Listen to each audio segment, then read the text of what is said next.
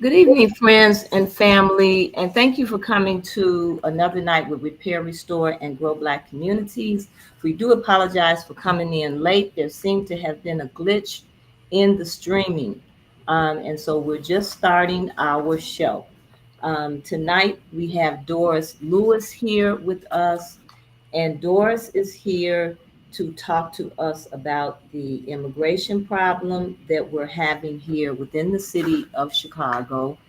They just completed, they were just actually successful in addressing an issue where a shelter was being placed next to her home here in Chicago in the Hyde Park area. And so, Doris, I want to thank you for coming on tonight. Apologize for this glitch, but this happens with the live streaming That's all tonight. we can do. Yeah.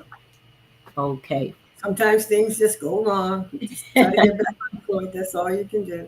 absolutely. So, as you know, family, we're a nonprofit organization, and we're working here very hard to enhance the awareness and support of Black businesses in the Chicago area because our dollars are still circulating at 6 hours, where everybody else's dollars and all the other ethnic communities are circulating for 30 days uh, to 7 days.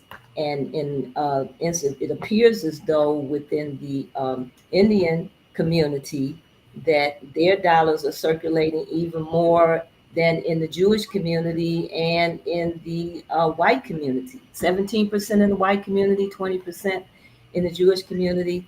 But 6 hours is just not going to work. And we do have to work on that. As consumers, we need to work on that. As business owners, we need to work on that.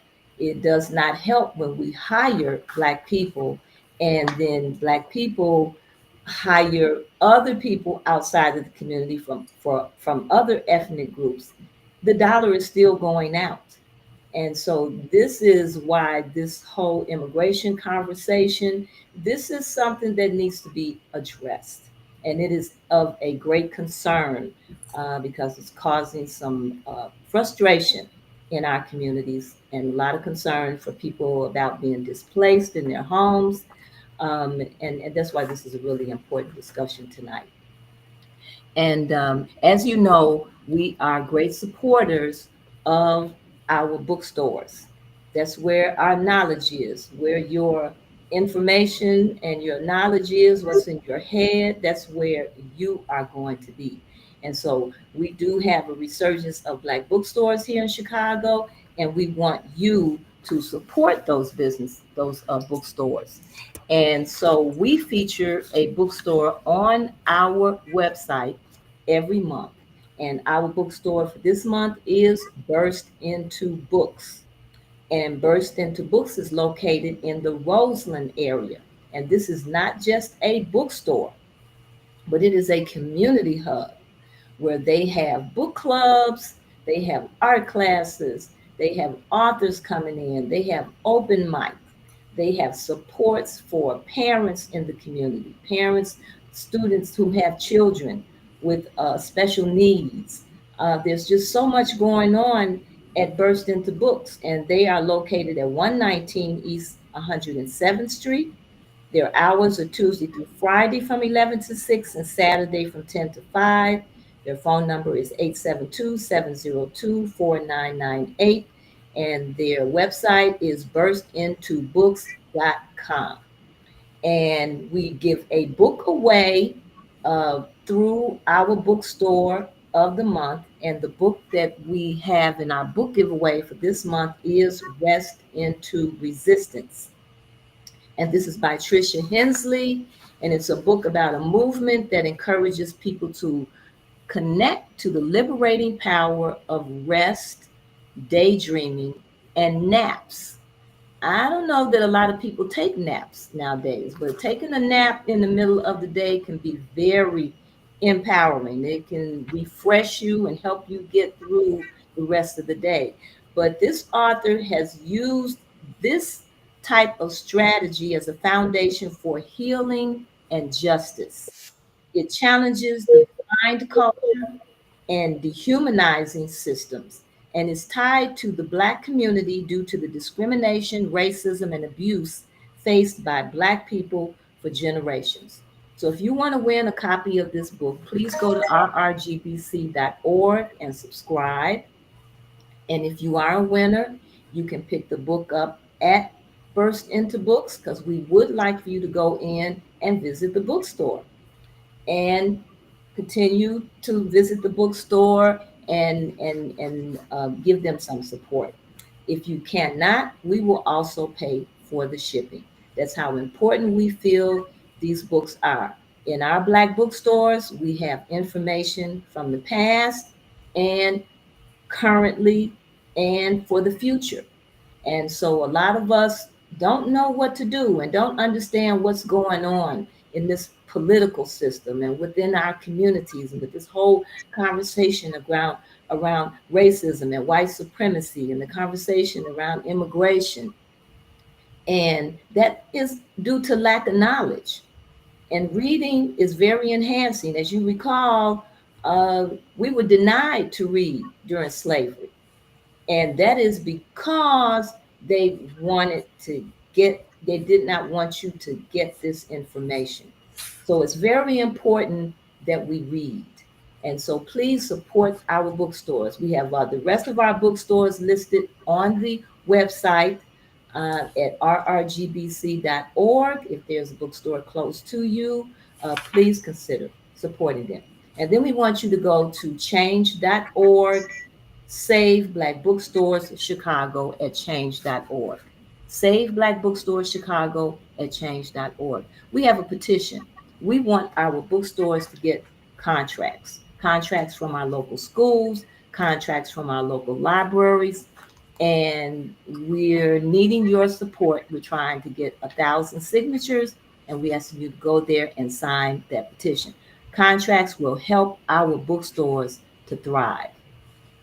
And that's very important. And this is done in other municipalities. So this is not something that is unheard of. And finally, we want you to support the Southside Community Federal Credit Union.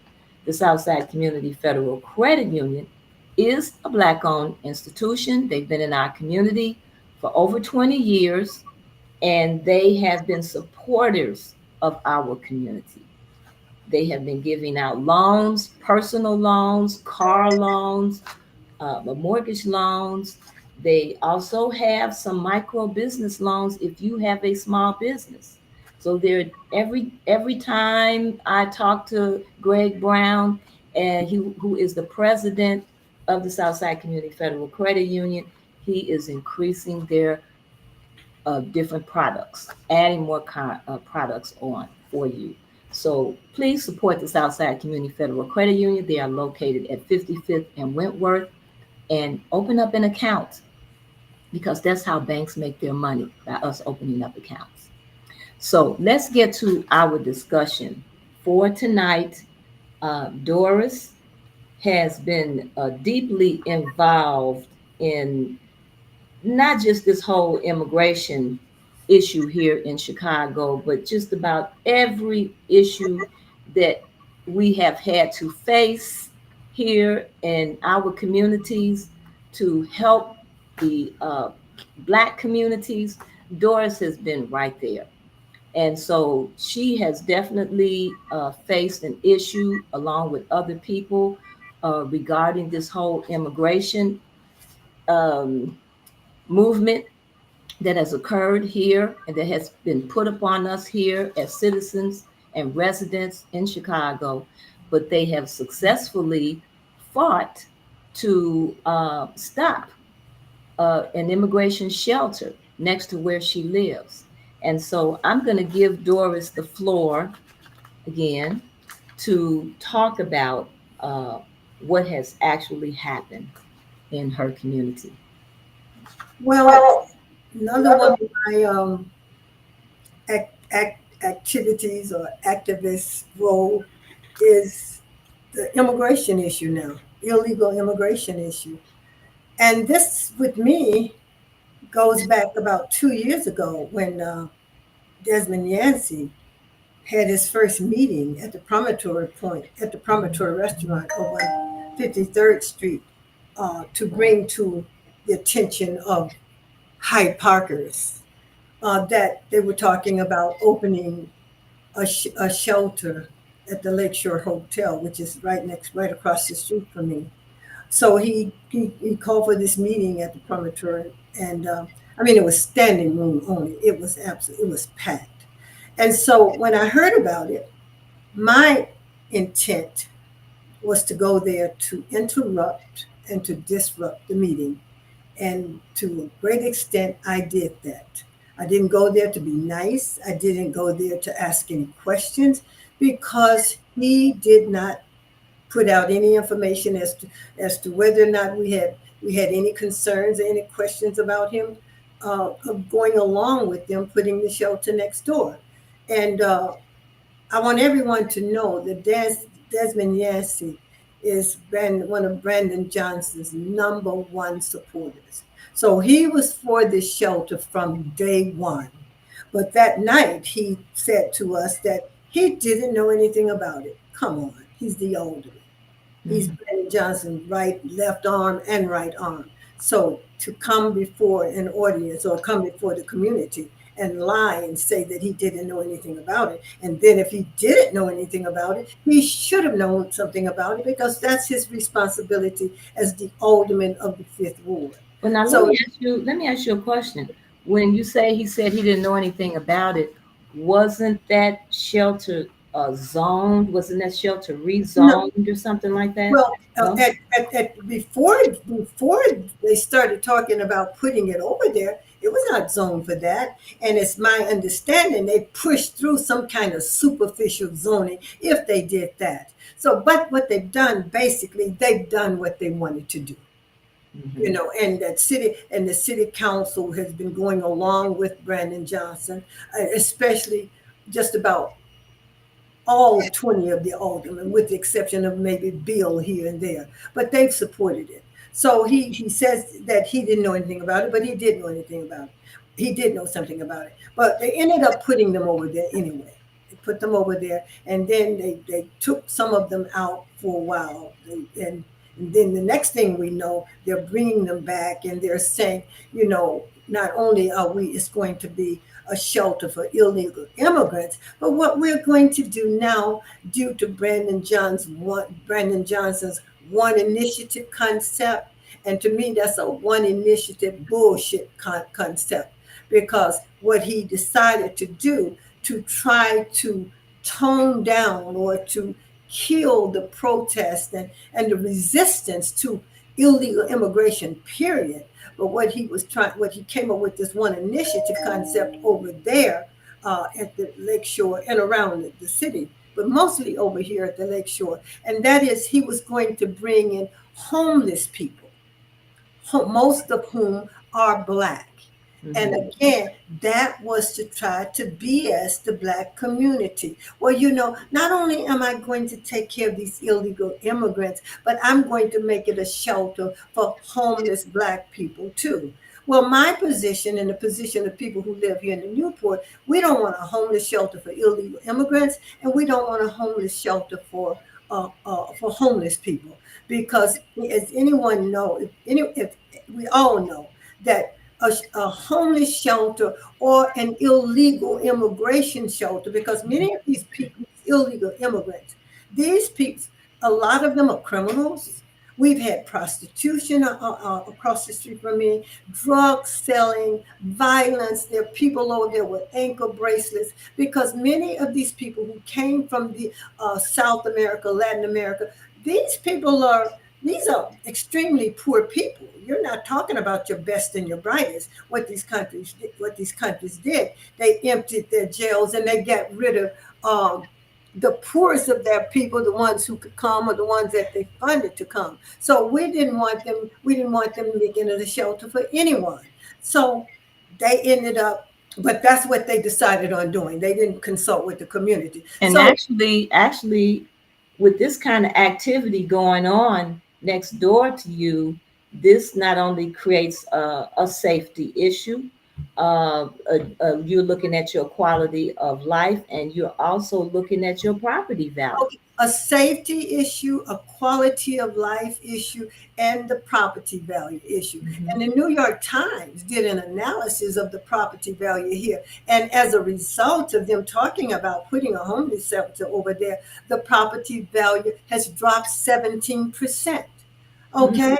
and the crime, and we have documentation of crime going on over there. We have people have taken videos of people selling drugs. We've taken videos of prostitution going on over there. We've taken, I mean, and the loitering and the garbage. I mean, it's just been awful. It's been awful. Even though what the city has done, the city has been talking to them lately about the ones who are still there. You know, you have to keep it clean. You have to keep the noise down. And, you know, surprisingly enough, I mean, I'm on the 25th floor and I can hear just about everything that's going on out there. But surprisingly enough, we don't hear all this noise. We don't hear all the disruption that was going on until say maybe 2 or 3 weeks ago. And what they've done, even on one of the traffic lights out there, they put up a camera, that goes into the police, where the police can monitor. So they've been doing everything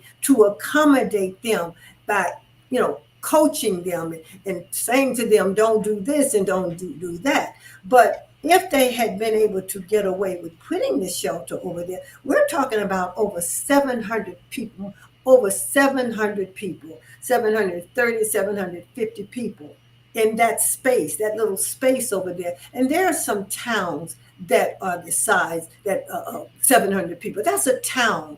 And to Absolutely. think about putting that number of people over there in a residential stable community, you don't do that to any community, any place in America. It's just absurd. You just But don't. this is what has been happening to the Black community, where we have developers, investors, I maybe even say investors, who Mhm. have come into our country, who have been coming here into Chicago and purchasing property, and converted into rental property. Some of them have been slum landlords, but they have an ultimate goal. While they're doing this, it brings the community down, and then you displace everyone.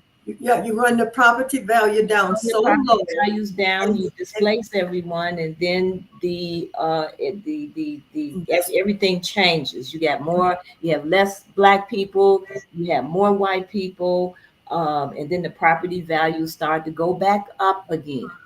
And see, this is, and I'm not just concerned about Hyde Park. I'm concerned about this being done all over the South Side Right. and on the West Side. Now, they were all over the city, but the overwhelming majority of these illegal immigrants have been dumped in the Black community on the South Side and on the West Side of Chicago, South Shore, all out in Chatham, just all over the South Side. Inglewood, they tell me they're just, I mean, it's flooded with illegal immigrants over in Inglewood. And it's about, and what I want people to understand who's watching this podcast tonight, it is about running us off the land. It's about taking the land back. Now, Hyde Park, South Shore, this is where you're going to have the largest concentration of Black people living on the lake. Mhm. This is valuable, valuable property. And so you want to bring all these people into places like South Shore, into places like Hyde Park. And I mean, and the taxpayers are funding this. The city of Chicago taxpayers are funding this. These people, their rent is free, their food is free, their housing is free. And prior to bringing these illegal immigrants in here, you could go right here at 51st Street, right here at 47th Street, and there were Black people sleeping on the sidewalks, under the viaducts in Let cold. me give you some numbers here. I did look, and this was through an article that I read in the Crusader, and Chicago has spent over $700 million on immigrants here, in the illegal immigrants here in this city. 90% of the money has gone to vendors for Right. shelter, but they've spent $206 million to favorite healthcare staffing, Mhm. $45 million to equitable social solutions, $23 million to open kitchen, $27 million to 77 community meal services. Pritzker has added 124 million. Brandon's added the COVID dollars. Uh, $3 million to a laundry service for washing their clothes. $2.3 million to Culver's transportation, transporting them around safely. Security, $3 million, and a black-owned community restaurant in Hyde Park. They've paid them so far over $15 million for feeding them. This is the kind of money that they're spending in a city where they continue to say, we don't have any resources, we don't have money for our schools to take care of the citizens here. And, And this is and as a result of that, it has created a over. Well, by the time everything is over with, the city of Chicago will have a $2 billion plus deficit that the citizens of Chicago are going to have to pay for. And that's to put, if this man was going to make $10 million a year off this hotel. $10 million a year for these illegal immigrants and for the shelter that they were talking about putting over here. I mean, so people are making millions and billions of dollars off this illegal immigration. And we're not benefiting from any of this. This is hurting the Black community. And so it is time for the Black community to get involved. It's time for the Black community to call Black politicians out. We have 20 Black aldermen down there, and most of them, I said maybe with the exception of Bill, overwhelming majority of the aldermen, and particularly the Black aldermen, have supported Brandon Johnson. They voted for this money. And now at Yancey's first city council meeting, I think they were going to be voting on something like $70 million for the illegal immigrants. I personally, in the chamber of the city council, begged Sister Erica and I were down there. We begged Yancey, do not vote for this, but do not vote for this money. You're new. Come in and start your own legacy. Don't follow in the footsteps of previous aldermen who have gone along with these mayors. We begged him. His response was that he was going to vote for it because if he didn't do it, they were going to weaponize him. now let's speak to Weaponize that. him. Let's speak to that point, because we also have been told, and there's been a lot of discussion about the fact that we do have some officials, political officials, who don't agree with what's going on, but they won't do anything about it, as he say, for fear of some kind of altercation that he might have to deal with, and the fact that this is a democratic city. This is a democratic state. And we have a super majority. It's all Democrat. And there has been a conversation about the fact that you can't get any bills passed or pushed through because of that. Well, you know what? See, I disagree with that because there are 50 aldermen. 20 of these aldermen are Black. They have the power to drive any agenda that comes up down there.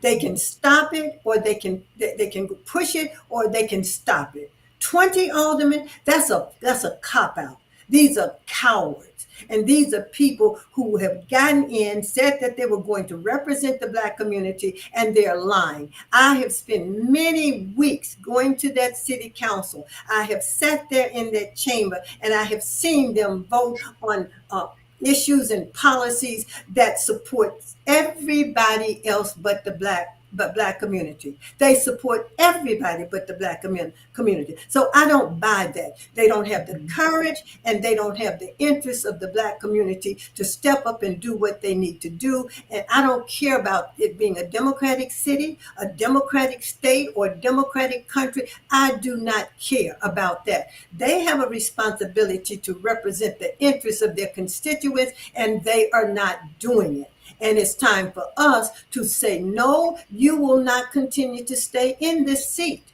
because if you are not working for the interests of the community, you are working for the interests of Brandon Johnson, and the agenda that he's pushing, which is the Democratic Party's agenda. So I don't buy that. These people just don't have the courage, and they don't care. Every other white people stand up down there for theirs.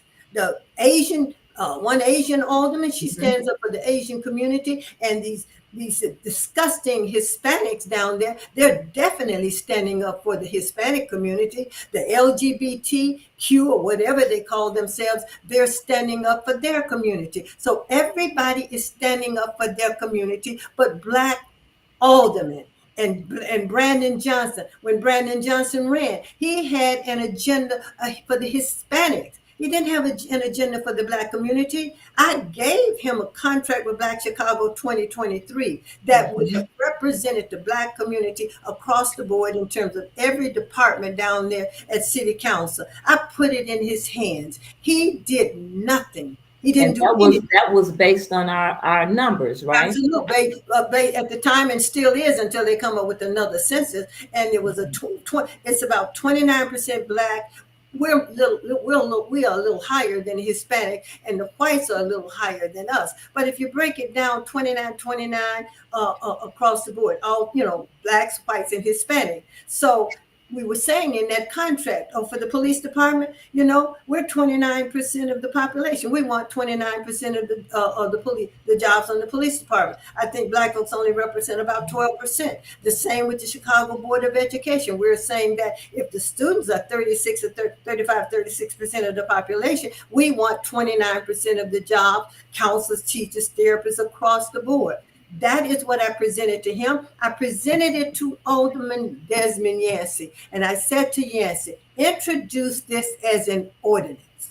Introduce it as an ordinance. He did not do anything with it. I went before the city council, and I spoke to about 5 committees talking about that contract and how we were not getting our fair share of the contracts in city government in the city of Chicago. And they have not done anything with it. And it's hurting us.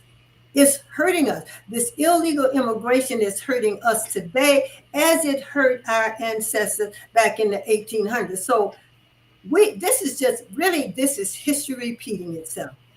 Because what's happening now, we came from the South. Our people migrated here from the South for a better opportunity, for safety reasons. And now it's like the reverse. People are leaving Chicago because everything is too expensive. They're leaving Chicago because of concerns about safety. They're being pushed out of their communities by all of these different types of go ahead. by all of these different types of moves that are being made by the investors, by the politicians. It's like a reverse migration going on here. Okay, you know what this, you and I have talked about that 1924 Johnson-Reed Act that was passed in 1924. And that act, with the passage of that act, it opened up jobs for Black folks. But let's go back into the 1820, between 1820 and 1865, Black people had those jobs in the North. had those jobs in the north, and as a result of the immigration, you had the Irish, the Italians, and the Germans coming in here. As a result of that immigration, Mhm. they started to run black people out of those jobs. There were race riots as a result of all those European immigrants coming into the country. And then it was in 1924 when the Johnson-Reed Act was passed. That opened the door for black people. That's during the time when the Great Migration took place. That's when it opened the door for black people to coming out of the South to come to the North and work on these jobs. And for 4 decades, black people were able to make good wages, which created the middle class. Mhm. And it was the class of people that Dr. King came out, and back in the day. And let me just read something that Frederick Douglass said back then that is happening today. This is from Frederick Douglass, who was beaten. He was in Baltimore. He was beaten. He worked on one of the longshore as a longshoreman up in that area during that time. And he was beaten by the Europeans. And that's what they were doing to black folks, because they were running them off the jobs, because all these Europeans were coming in here. And this is what Frederick Douglass said. The old employments by which we have heretofore gained our livelihood are gradually, and it may be inevitably, passing into other hands. Every hour sees the black man elbowed out of employment by some newly arrived immigrant whose hunger and whose color are thought to give him a better title to the place. That's exactly Mhm. what's going on now. That's Absolutely. exactly what's going on now. Frederick Douglass, W.B. Du Bois, um, Booker Booker T. T. Washington. Washington, Mhm. Bayard Rustin, all of Dr. King, all of these people were against immigration. The Urban League was against illegal immigration back during that time. How interesting. Today, the Urban League does not open their mouths. The NAACP does not open their mouths. Jesse Jackson does not open his mouth. All of these so-called giants that we had in the past, they're not saying one thing when they know, when these people know the history, they know the economic impact that it's having on the black community today, as it had on the black community back then. So you get, again, these were skilled black people who came out of the South. Because it was World War One. A lot of the Americans went off to the war, so that opened up the door. And then they came and they got these jobs, and then here comes the immigration issue. And again, as I Mhm. said, these were the Germans, the Irish, the Italians, Jews, and other white groups that came into this country and took those jobs from blacks in the North at the time, ran them out of the cities, because it says from 1820 to 1865, northern blacks were displaced. The same thing that's going on today. That's History right. repeats itself. If you have a good understanding, not you don't have to be you don't have to be a historian to understand that history repeats itself, and that's what it's doing today. So I look over here on 47th Street. You go down 47th Street in the heart of the black community. There's construction going on, sidewalk repairs, street repairs. No blacks, all Hispanics and whites. But yet Jesse Push is somewhere protesting against DEI at Target. And Why? then we don't have the majority of businesses over there either. They're Arab. They're run by Arabs or Mhm. Asians. DEI. Black folks only make up 3% of DEI. The overwhelming majority of people at DEI are white. So why are you not, Jesse, on 47th Street protesting against the the construction of industry that's keeping black people out of the construction business? 40% of these people in the construction business are Hispanics. These jobs pay good money. We're Mhm. not talking about a $16 an hour jobs. We're talking about $35, $40 an hour jobs. Why I called Lamont Robinson's office, and I asked, how is it that he can allow this to happen in the fourth ward? The fourth ward is majority black. That there, and so no one is saying anything. The ministers are not saying anything. The politicians are not saying anything. The organizations are not saying anything. So black people today do not have anyone to speak for us.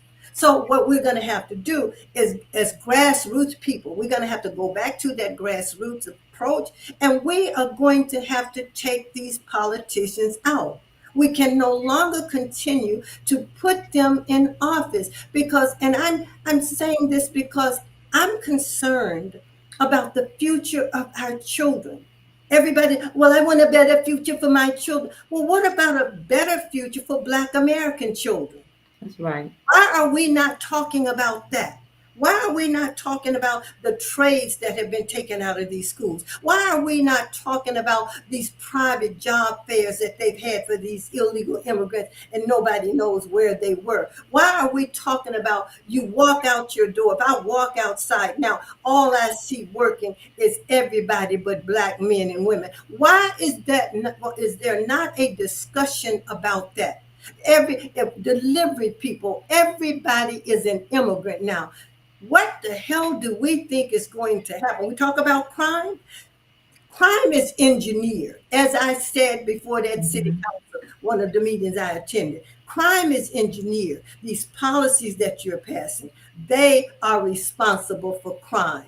If people don't have a job, they're going to do whatever they need to do to take care of their families. And he talks all the time about the summer youth program and young people having jobs. These children's parents need jobs.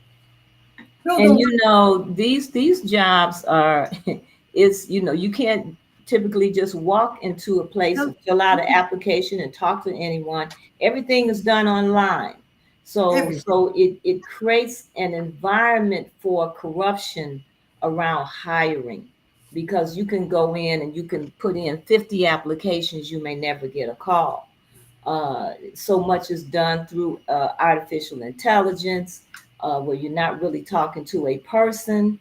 I've seen young people go through the process of trying to get a job, and they have to spend money. They want you to give your background information. They want you to take all these tests and sit in all of these Zoom meetings and so on and so forth before you can possibly get the job and get paid. And then there's no sense of real stability with the You job. know, yeah, I was You just don't even talking, know who you're really working for right. I a lot was of talking times. with the Department of Aging today. And if you are a senior and the only way you can get any help, you cannot have any assets. If you have $17,500 in assets, you cannot get any help from this city. But by the same token, we've had over 50,000 illegal immigrants to come into the city of Chicago, and the city of Chicago has done everything conceivable to take care of these people. The $5,000 for or more for rent, EBT cards for food. They over here housing. They don't even make their bed.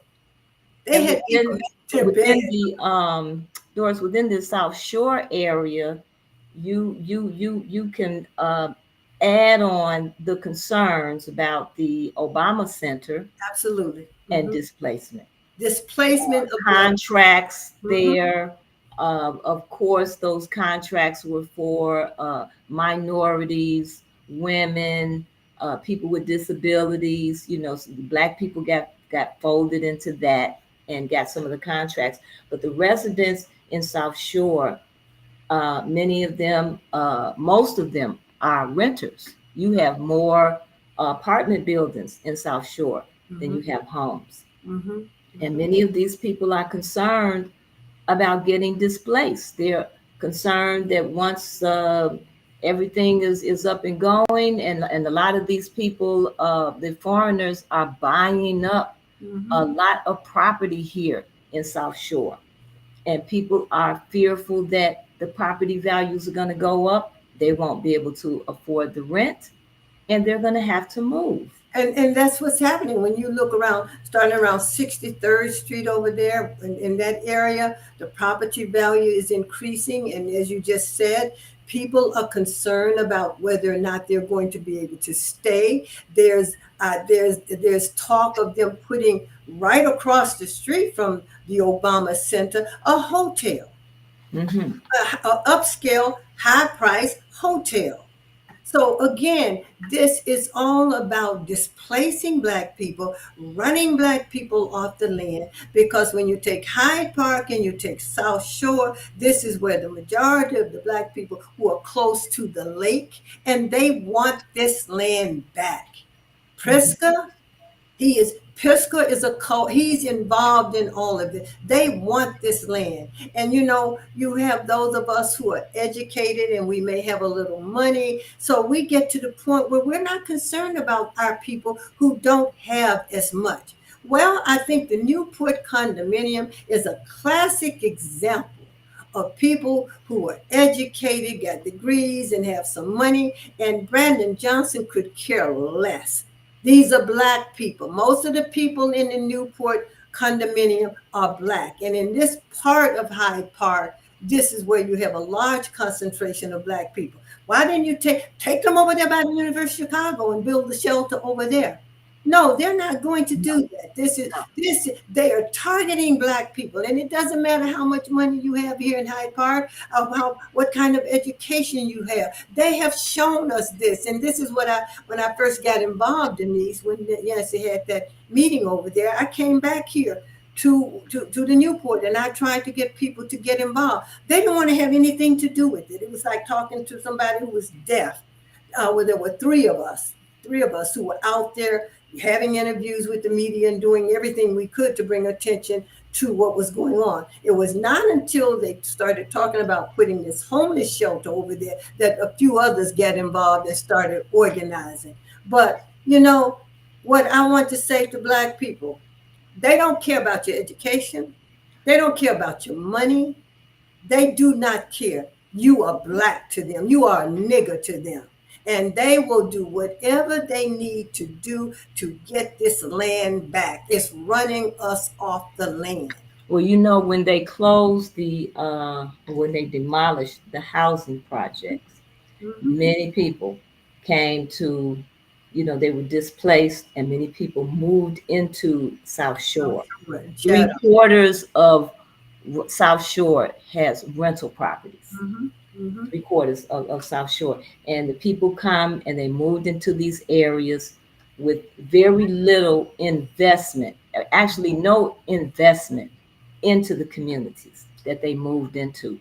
And so it's just brought the whole community down. The community is just holding on. And we're sitting right here next to Hyde Park, and so many dollars have gone into Hyde Park Mm-hmm. to build up all of the businesses on 53rd Street. I mean, I don't know what else they can put in Hyde Park at this juncture. That big Obama building, it really seems out of place when you're coming down Lake Park and you see this big building, and then you say they want to build a hotel across the street. That's park area over there. That's all park area. You Well, know. let me put something else too, Denise. Now, it's not out of my mind that JB Priska is not eyeing this hotel over here and Hmm. could possibly end up putting up a Hyatt hotel over here. Hmm. Okay, if you want that, that would be a good thing, because that would be this hotel was economic development here. This Hmm. this hotel back in the day, where Harold Washington, your Rome Bennett's, where people from all over the city came and hung out. They had jazz. I mean, good food. It was an economic engine over here. And now this man by the name of Patel, this Indian man, and thereby they bought up a lot of the property in South Shore. The issue with the families over around 69th and Paxton, the issue that they're having, where they have allowed these apartment buildings to go down to the point of mold being everywhere. Well, this is an Indian family, Patel again, that they bought up this property because, see, these Jews, these white Jews will sell businesses to other people when they won't sell businesses to us. They sell business to the Arabs and anybody, but they don't sell these businesses to us, because you cannot make me think that we wouldn't have some black people who want to buy up some of these properties, but they won't sell them to us. So these Indians, that is a growing population in this country, and their income is the highest. The next in line will be the Chinese, and then whites. And they have a high income, and they're all over the country buying up property. They're buying up hotels across the country, especially hotels like the Confront Inn. So these people, you got all these foreigners in this that are getting filthy rich, and then they dump them in our communities, and we're taking care of them and their families. And so it's time for us to stop doing what we're doing. We've got to stop supporting everybody who comes into this country and all these people in our communities, because you're taking money out of our communities. You're taking money out of you're destroying generational wealth.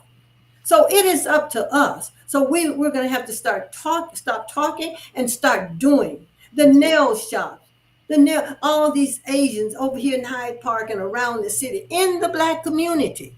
And as we support black businesses, again, it's very important for black businesses to hire people from the community. Absolutely. Otherwise, that dollar is going to continue to go out.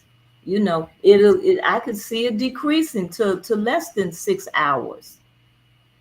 Well, in the 2024 State of Black Chicago, the Urban League said that black wealth is zero.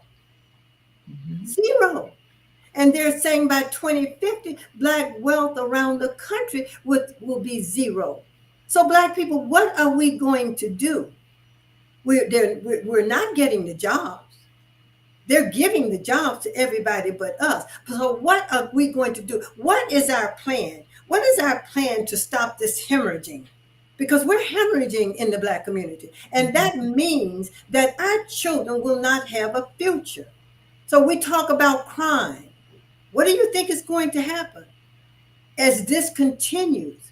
And these are the policies on the local, on the state, and the national level that's driving this engine of immigration. This happened under Joe Biden's watch.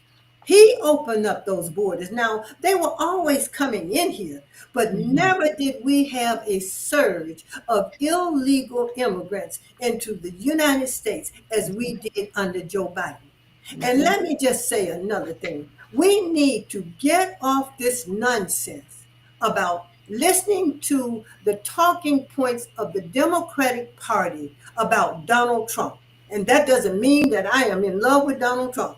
There are things that he's doing that I don't like, but there are things that he's doing that I do like. And one thing that's coming that he's doing with this bill and his budget, this beautiful budget that he's calling, I just read today that what he's doing in that bill, he is going to start taxing illegal immigrants who work in this country, who are sending billions of dollars back to Mexico, billions of dollars back to Africa, and all of these countries. He's going to start taxing them because these people are coming into the country for the sole purpose of working.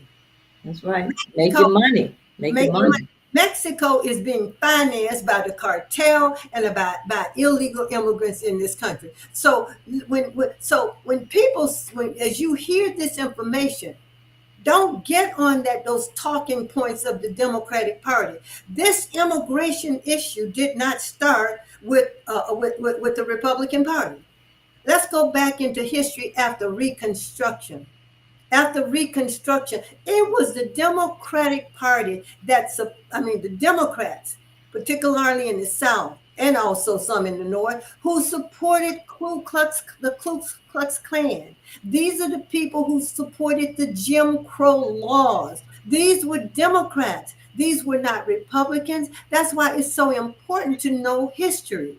And this, the Emancipation Proclamation was passed under a Republican administration. That 1924 Johnson Reed Act, a Republican administration. Is when you look at these parties, when you look at the Republican Party and the Democratic Party has been the enemy of Black people, especially for the last 70 years. And And I I think what you're saying too, Doris, here is we should not be devoted to a anyone particular party, party. We should in be but devoted interest, to our issues, interests, what those policies, issues and and our interests. interests are. So That's what we've we got should to be start focused thinking on. policies and interests, That's not it. party. I could care less than a damn about either one of them. And this and but we're stuck. We are Mhm. stuck right now because prior to the civil rights movement that I was a part of, we gave Lyndon B. Johnson an agenda. He didn't give us one. We gave him an agenda. And after the passage of the 64 65 Civil Rights Act, we have allowed them to co opt us. We have allowed them to take over our agenda, and we've been following what they say do in this last election: immigration, abortion, LGBTQ. Those are not interests of the average Black man and woman in America, and Chicago in particular. So we have got to stop that, and we can do it because we are the largest ethnic voting bloc. We can stop anybody. Can anyone in the city of Chicago become mayor without our numbers? They can't. And this immigration with Rahm Emanuel here in Chicago, this illegal immigration with the New Americans plan, the Chicago New Americans plan back in 2011. That was started with Rahm Emanuel, and it Yes, it was was. all about immigrants. If you read the document, and I have it here, there's not one word in this document about Black Chicagoans, all about immigrants, illegal immigrants, regardless of where they come from in the world. And so this is why we're where we are now. Brandon Johnson is on this progressive democratic agenda. But you know what? And people are saying, well, Brandon is not, he's not controlling anything. Well, the only Black face I see down there as mayor is Brandon Johnson. And in my opinion, he is controlling it. And if he's not controlling, he should be controlling it. He's controlling it, but his policies are detrimental to the Black community in Chicago. So what is he doing? He's going around to these ministers, and he's going around to organizations talking about, well, late last week he was talking about, I'm going to put $4 million into the Black community and calling it Black wealth.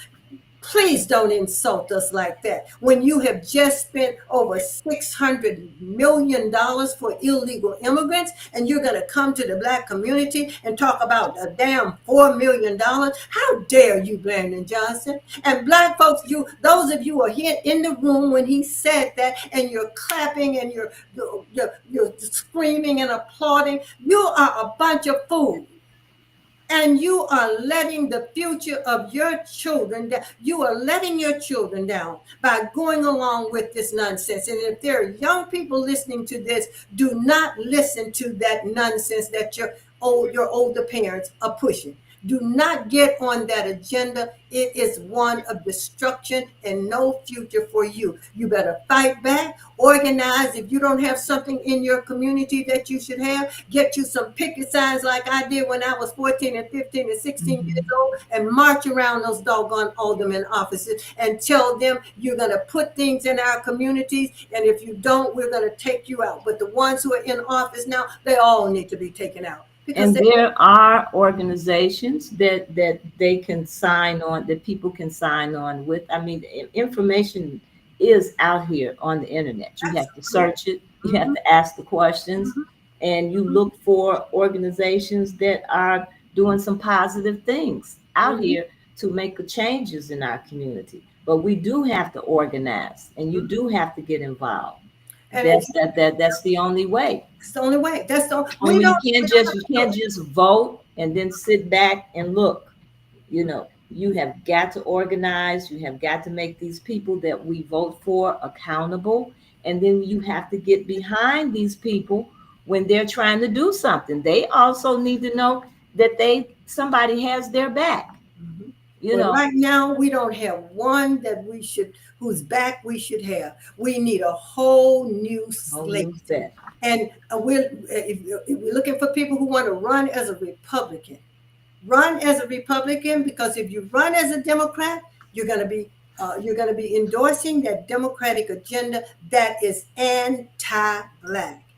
So you young people, you Well, have that this. came up with the conversation, the issue that we was discussing earlier, um, about what some of the politicians have said as far as, we have a Democratic majority here and we can't get anything pushed through. But I feel whichever side our issue, whoever is in office, our issues, our interests is what we need to focus on and get put on the table.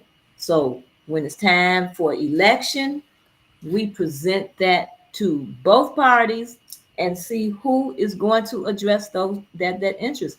I remember with Biden when they asked him about reparations, and it was very very clear that he was against reparations.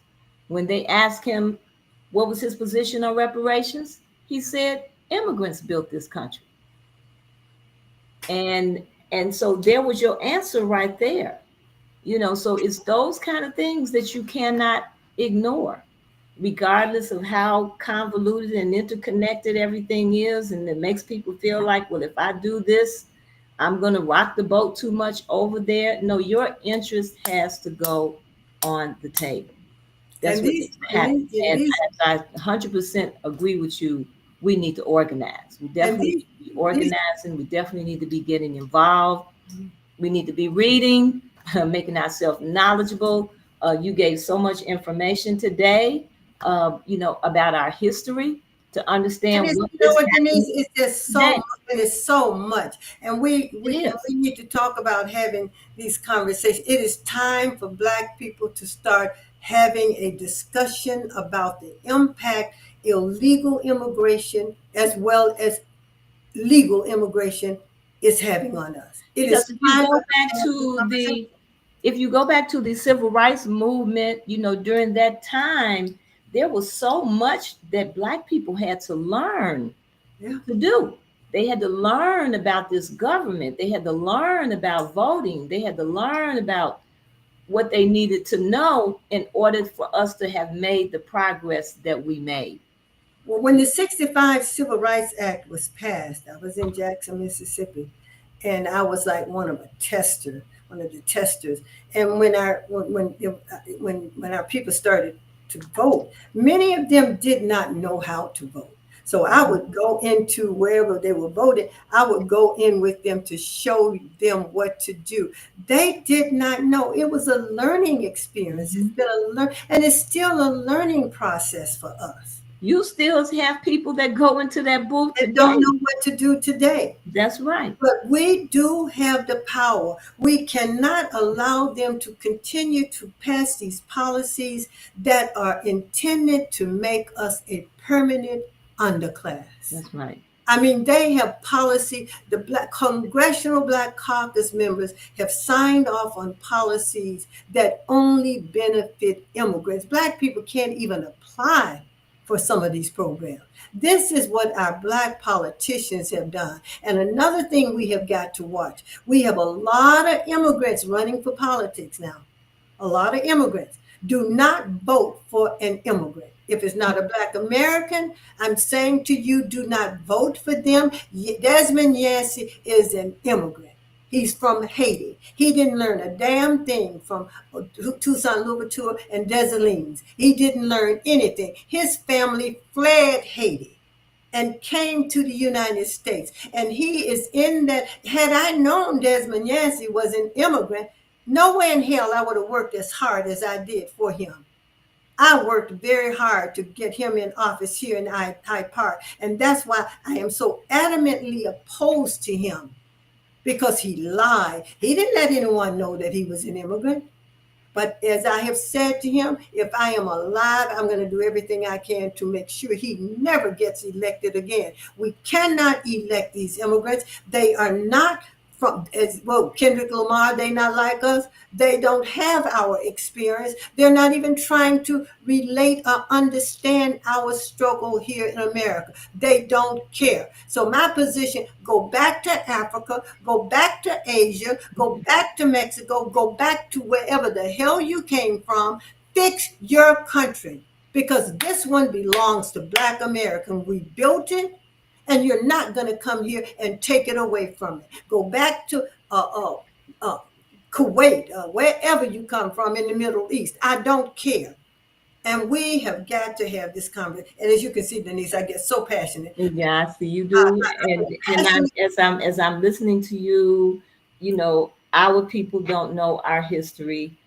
Other people don't know our history and our experience here, Don't. and try to make judgment about what needs to be done. Please. It's very important. We have a whole month. We have a whole Black History Month. I think it needs to be utilized better. We really need to get our information out here. And Doris, I want to thank you We're again doing for this all again. of the We're work doing that this you're again. doing. I want to thank you for coming on. We did stay on a little longer because we had a glitch in the stream today. But this is very important. We have a lot of work to do. We have a lot that we need to learn. And I want you to support our bookstores. And go to our website. And because we have every Wednesday night, we have a show featuring Black business people. That's And you right. know what, people? We're financing it ourselves. That's We've right. been doing it for 3 years. We finance this. So go and give us $5 or $10, whatever you can give. And because that will help us to improve what we're trying to do. Come on. As I told my daughter when she was at Cornell University and she wanted to go to an engineering conference. And she was thinking that the school should do it and they should give us. I told my daughter then, white people are not going to finance your revolution. That's right. And they're not going to finance our freedom. They never have and they never will. That's right. We have to do Black people opened over 4,000 schools in the South, it, right? and they put their dollars together and financed those schools. After And Reconstruction, there were 25 towns built. White folks absolutely, came along and burned them down, but we built them. And we can, if our ancestors could do what they did, well, with a little of nothing, what is our excuse now? We have less today than we had prior civil rights, the prior civil rights movement. We have less today. And Dr. Claude Anderson has talked about this repeatedly. We better get it together. And only we absolutely, can do it, and we can do it. absolutely. Well, thank you, Doris. Thank you, And Denise. remember, thank you, family, for coming. And remember to support our businesses, support Black businesses. And if you haven't taken anything away from tonight, you have to get involved. Everybody's got to get involved.